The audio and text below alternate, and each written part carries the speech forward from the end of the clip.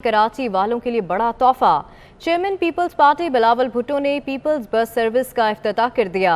बस में सफर भी किया। पीपल्स बस सर्विस का पहला route Model Colony Malir Cantt से टावर तक होगा। नागिन चौरंगी से कोरंगी इंडस अस्पताल और सिंगर चौरंगी का रूट भी शामिल। औरंगी टाउन से मौसमियात और बल्दिया टाउन तक भी बसें चलेंगी। इब्तदाई तौर पर बस का कम से कम किराया 25 रुपए, ज्यादा से ज्यादा 55 रुपए रखा गया है। आपको बताएं कि कराची वालों के लिए बड़ा तोहफा। Chairman People's Party Bilawal Bhutto ने पीपल्स बस सर्विस का इफ्तिताह कर दिया। बस में सफर भी किया। पीपल्स बस सर्विस का पहला रूट मॉडल कॉलोनी टावर तक होगा। नागिन चौरंगी से कोरंगी इंडस अस्पताल और सिंगर चौरंगी का रूट भी शामिल है। औरंगी टाउन से मौसमियात और बल्दिया टाउन तक भी बसें चलेंगी। इब्तदाई तौर पर बस का कम से कम किराया 25 रुपए, जबकि ज्यादा से ज्यादा 55 रुपए रखा गया है।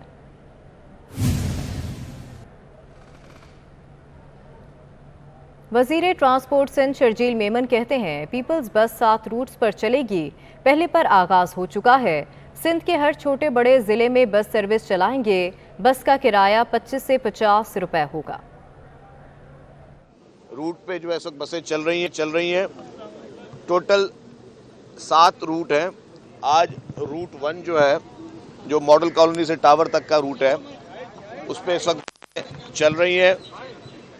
पहली तारीख को मतलब 4 दिन बाद रूट 2 जो है उस पर बसें शुरू हो जाएंगी। फिर 10-10, 15-15 दिन के गैप से सारे रूट्स, जो 7 रूट्स इस वक्त हैं, उनमें बसें चलना शुरू हो रही हैं। और हम चाहते हैं कि तमाम लोगों को एक बेहतर से बेहतर ट्रांसपोर्ट मुहैया की जाए, क्योंकि आपको पता है कि पेट्रोल डीजल के रेट्स बहुत ज़्यादा महंगे हो चुके हैं। ये बस सर्विस स्टार्ट में कराची और लाड़काना है। उसके बाद जो हमने अभी प्लान्स कर रहे हैं, सिंध के हर छोटे बड़े ज़िले में हम बस सर्विस चलाएंगे। किराया इसका 25 रुपये और मैक्सिमम 50 रुपये। जबकि एडमिनिस्ट्रेटर कराची मुर्तज़ा वहाब कहते हैं सिंध हुकूमत ने वादा वफा किया। ट्रांसपोर्ट के हवाले से तनकीद की जाती थी। ट्रांसपोर्ट के मंसूबों में मसाइल का सामना करना पड़ा। आपके ओपन पब्लिक स्पेसेस को, सड़कों को इम्प्रूव करने का काम किया। एक इशू जिसके ऊपर हम सही तरीके से कामयाब नहीं हो पाए थे, वो आपकी बसेस थी, मास ट्रांजिट स्कीम्स थी।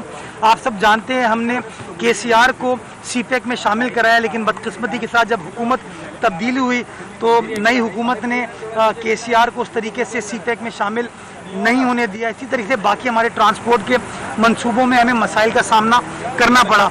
अच्छी चीज़ ये है कि इस मौजूदा हुकूमत ने उन तमाम मसाइल का अदराक करने के लिए काम स्टार्ट किया। इस वक्त एज वी स्पीक, जब हमने वादा किया था, ऐलान किया था कि 240 नई बसेस कराची शहर में आएंगी, तो बड़े लोगों ने मजाक उड़ाया कि जिस तरह माजी में ऐलानात हुए ये ऐलान वफा नहीं होगा। लेकिन आज अल्हम्दुलिल्लाह आपने देख लिया कि ना सिर्फ वो ऐलान हुआ, बल्कि आज उस ऐलान, उस वादे की तकमील होने जा रही है। 240 नई बसेस कराची शहर के लिए बजट में अप्रूव की गई। 140 बसेस आ चुकी हैं कराची शहर में। और आज शारा फैसल वाला जो रूट है हमारा, जो कि मलीर से स्टार्ट होकर टावर तक जाता है, उसके ऊपर आज से बसेस जो हैं अल्हम्दुलिल्लाह ऑपरेशनलाइज हो गई हैं। और इसके अलावा 6 और रूट्स के ऊपर कराची शहर में फौरी तौर पर काम स्टार्ट किया जाएगा। इसके साथ साथ जो हमारी ED लाइन है, ऑरेंज लाइन है, जो कि सप्लीमेंट करती है ग्रीन लाइन को, उसकी बसेस भी आ चुकी हैं। हुकूमत सिंध की जानिब से कराची में पीपल्स बस सर्विस के रूट 1 का बाकायदा आगाज करने पर शहरी भी खुशी का इजहार कर रहे हैं। मज़ीद जानेंगे अपने नुमाइंदे मोहम्मद कामरान से। कामरान बताएगा। बिल्कुल, हुकूमत सिंध की जानिब से पीपल्स बस सर्विस का बाकायदा तौर पर आज आगाज़ कर दिया गया है। Chairman Pakistan People's Party Bilawal Bhutto Zardari ने बाकायदा तौर पर पीपल्स बस सर्विस का आगाज़ किया है। कैमरामैन काशिफ से मैं कहूँगा, पीपल्स बसें हैं जो बाकायदा तौर पे कराची की अब सड़कों में कराची वालों को नज़र आएंगी। कराची का आज रूट 1 का जो है इसका बाकायदा इफ्तिताह किया गया है। रूट 1 जो है वो मॉडल कॉलोनी से लेकर टावर तक ये बसें जो हैं ये चलाई जाएंगी। पहले मरहले में तकरीबन 140 बसें जो हैं वो कराची में पहुंच चुकी है। कुल 240 बसें कराची में पहुंचनी है, जो शहर के 7 मुख्तलिफ रूट्स में कराची वालों के लिए ये सफरी सहूलियात के लिए मैसर होंगे। इस वक्त हमारे साथ कुछ शहरी मौजूद हैं। जी, ये बेहतरीन है कराची के लिए जो पीपल सर्विस बस का अब शुरुआत की है सिंध गवर्नमेंट ने, तो ये बेहतरीन शुरुआत है। ये काफ़ी पहले होना चाहिए था, पर देर आए दुरुस्त आए, बहुत अच्छा मंसूबा है। अब सिंध गवर्नमेंट का हम शुक्रिया अदा करते हैं, चेयरमैन बिलावल भुट्टो का, रज़ाई साहब का शुक्रिया अदा करते हैं कि इस तरह के अच्छे अच्छे मंसूबे लेकर आ रहे हैं। कराची के शहरियों के लिए एक सस्ती और मयारी जो सफरी जो सहूलियात हैं वो पीपल्स बस सर्विस के आगाज़ होने के बाद उनको मिल सकेंगी। हुकूमत सिंध की जानिब से इस इकदाम के बाद कराची के जो शहरी हैं हुकूमत सिंध इस इकदाम को सराह रहे हैं और इसी पे ठीक है, बहुत शुक्रिया कामरान आपका। साबिक सदर मुमलिकत आसिफ अली जरदारी ने सिंध में बल्दियाती इलेक्शन में पीपल्स पार्टी की तारीखी कामयाबी पर इजहार तशक्कुर किया है। उनका कहना है बल्दियाती इंतखाबात में जियालों की कामयाबी अवाम की कामयाबी है। पीपल्स पार्टी की बल्दियाती इंतखाबात में तारीखी कामयाबी अवाम के एतमाद का अकास है। पार्टी अहदेदारान और कारकुनान की मेहनत और अज़्म का ये तसलसल मुल्क में अवाम की फैसला कुन फतह की नवीद साबित होगी। Chairman People's Party Bilawal Bhutto Zardari ने सिंध के बल्दियाती इंतखाबात के पहले मरहले में मुंतखब होने वाले तमाम जियाले उम्मीदवारों को मुबारकबाद दी। कहते हैं कि सिंध के 14 अजला में जियाले उम्मीदवारों की वाज़ेह कामयाबी अवाम का तीर पर एतमाद है। सिंध के अवाम ने जियाले उम्मीदवारों को वोट देकर अपनी तरक्की और खुशहाली के तसलसल पर मोहर लगाई है।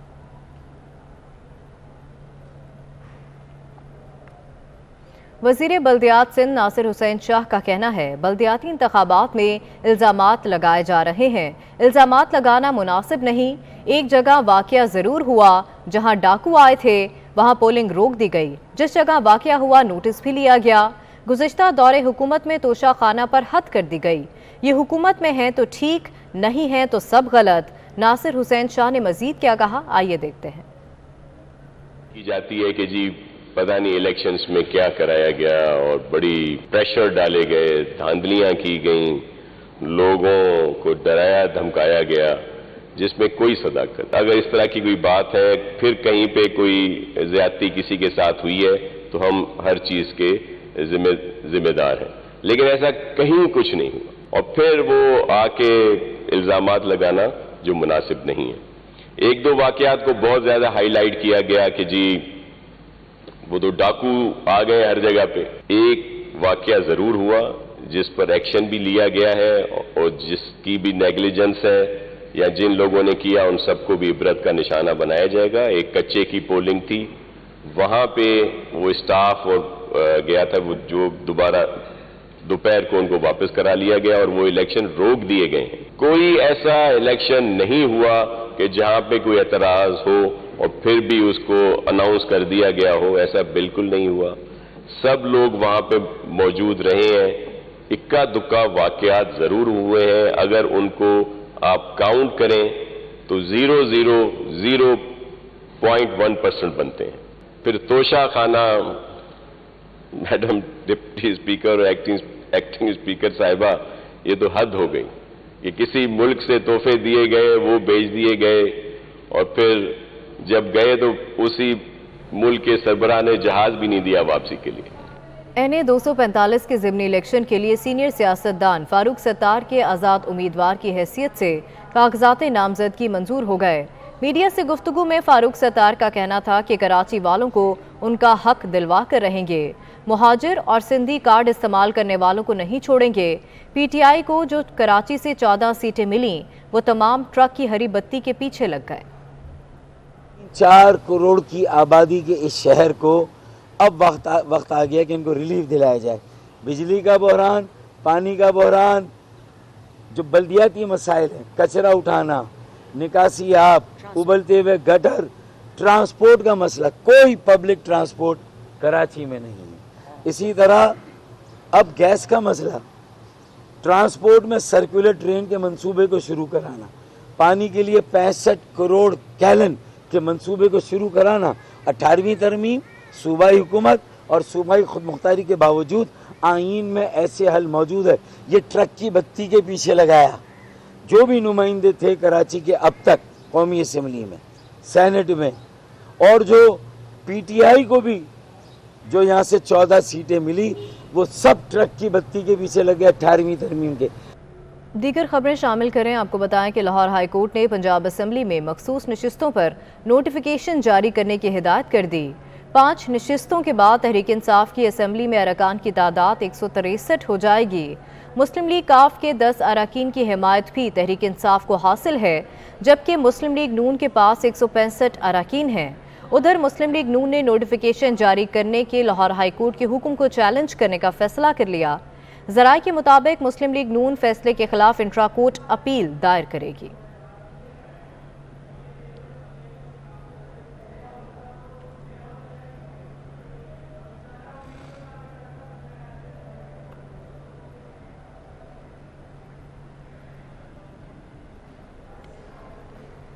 इस्लामाबाद हाई कोर्ट ने ओवरसीज पाकिस्तानियों के लिए वोटिंग के तरीकाकार पर आईनी तरमीम के खिलाफ दरख्वास्त मुस्तरद कर दी। अदालत ने दलाइल सुनने के बाद दरख्वास्त खारिज कर दी। चीफ जस्टिस ने अतर मिनल्ला ने कहा कि उम्मीद है इलेक्शन कमीशन ओवरसीज पाकिस्तानियों के वोट के लिए इकदाम करेगा। दरख्वास्त गुजार के वकील ने कहा पार्लियामेंट ने बदनीयती से ओवरसीज पाकिस्तानियों के वोट का मामला दोबारा सिफर पर पहुंचा दिया। चीफ जस्टिस अतर मिनल्ला ने कहा कि पार्लियामेंट की कानून साजी को बदनीयती नहीं कहा जा सकता।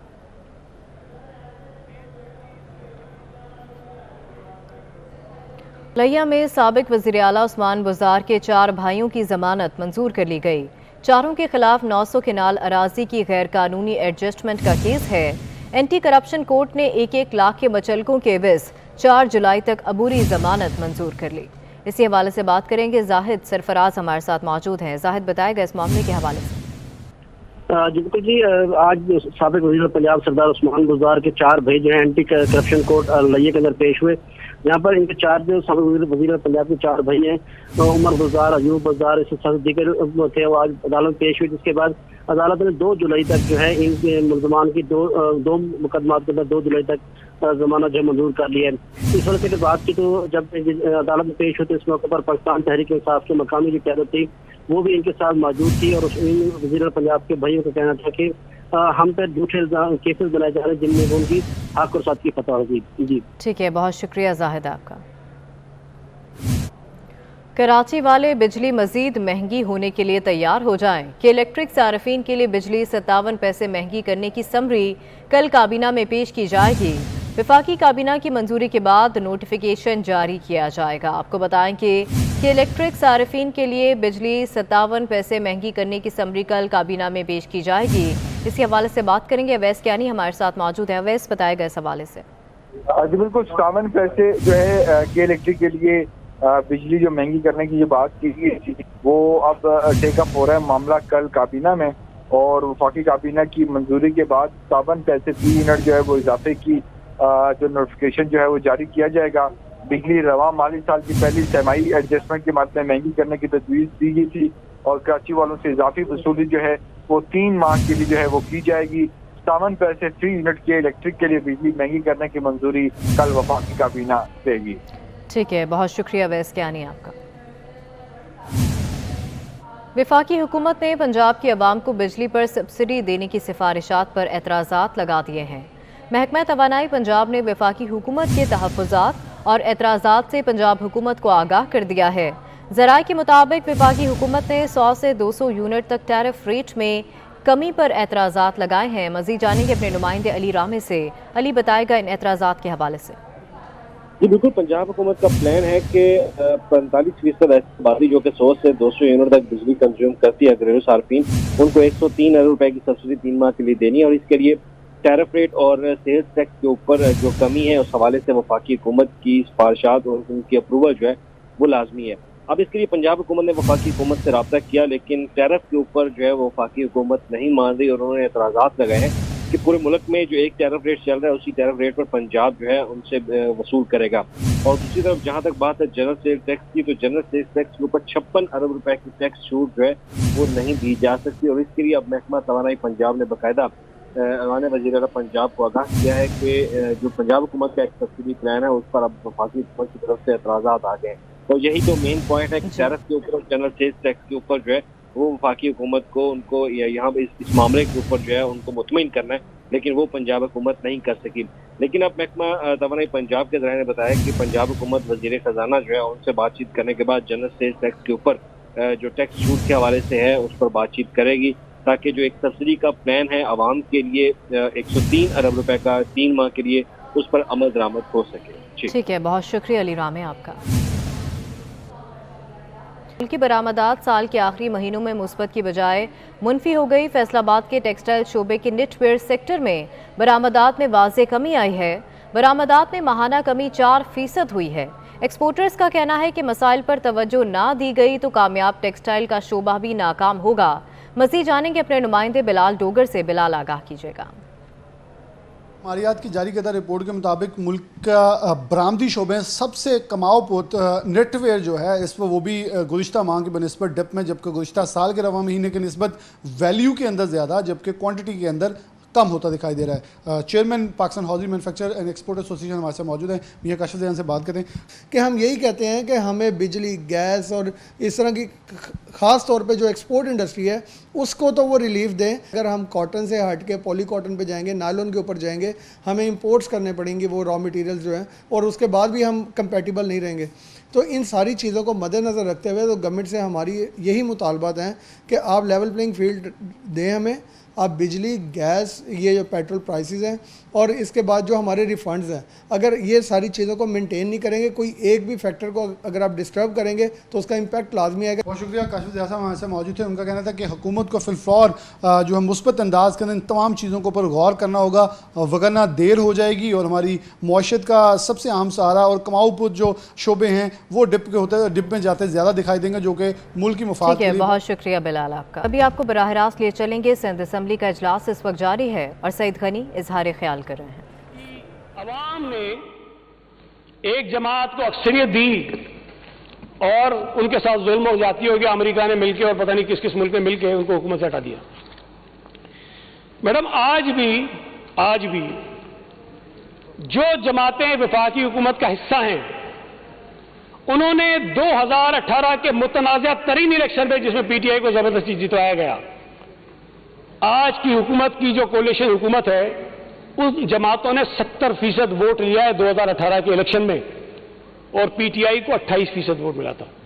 पीटीआई के पास सिंपल मेजॉरिटी भी नहीं थी।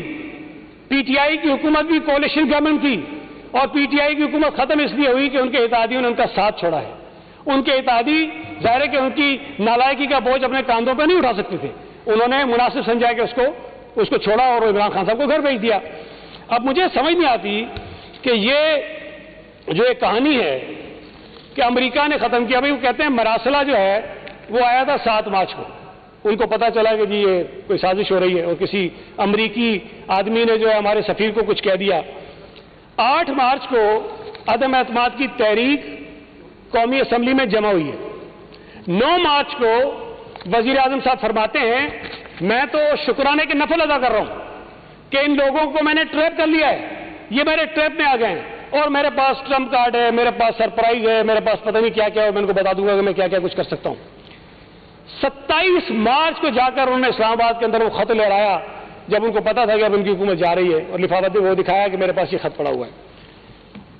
27 मार्च तक भी ना अमरीकी सफीर को बुलाकर कोई उसको कोई डांट टपट की गई, ना उसको मुल्क से निकाला गया, बल्कि इस दौरान में जो इस्लामी ओआईसी की कॉन्फ्रेंस हुई थी उसमें अमरीकी सरकारी हुकूमती एहलकार को बुलाया गया, उनको दावत दी गई, उनके साथ मीटिंग्स की गई।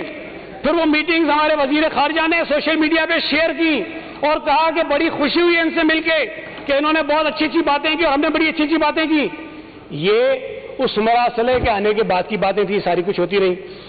फिर इन्होंने बीच में कहा कि मुझे तो 4 महीने से पता था कि ये कुछ हो रहा है, फिर अभी कहा कि मुझे तो 1 साल से पता था कि ये सब कुछ हो रहा है।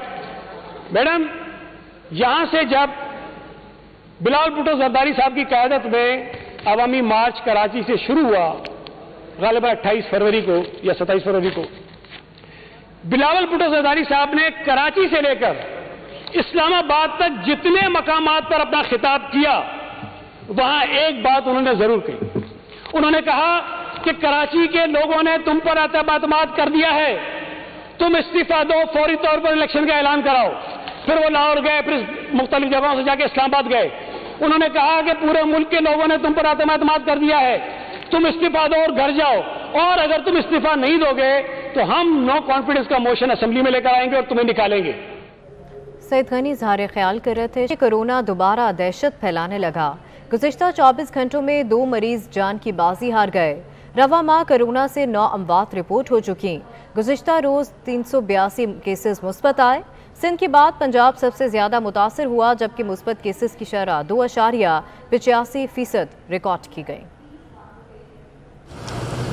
कोरोना ने दोबारा पंजे गाड़ना शुरू कर दिए हैं और मुल्क में मस्बत केसेस की शरह में इजाफा देखने में आ रहा है। कौमी इदारा सेहत के मुताबिक गुज़श्ता 24 घंटे में मुल्क में कोरोना की तशखीस के लिए 13,412 टेस्ट किए गए, जिनमें से 382 मस्बत केसेस रिपोर्ट हुए। सबसे ज्यादा केसेस सिंध में सामने आए, यहाँ एक दिन में 260 केसेस रिपोर्ट हुए। पंजाब में 69, इस्लामाबाद में 32 और खैबर पख्तूनख्वा में 17 केसेस रिपोर्ट हुए। गुज़श्ता 24 घंटों में कोरोना के बायस इंतकाल करने वाले 2 मरीजों में से एक का ताल्लुक सिंध और दूसरे का पंजाब से है। मस्बत कोरोना केसेस की शरह 2.85% रिकॉर्ड हुई। इस वक्त मुल्क के मुख्तलिफ अस्पतालों में जेर इलाज 87 मरीजों की हालत तशवीशनाक बताई जा रही है।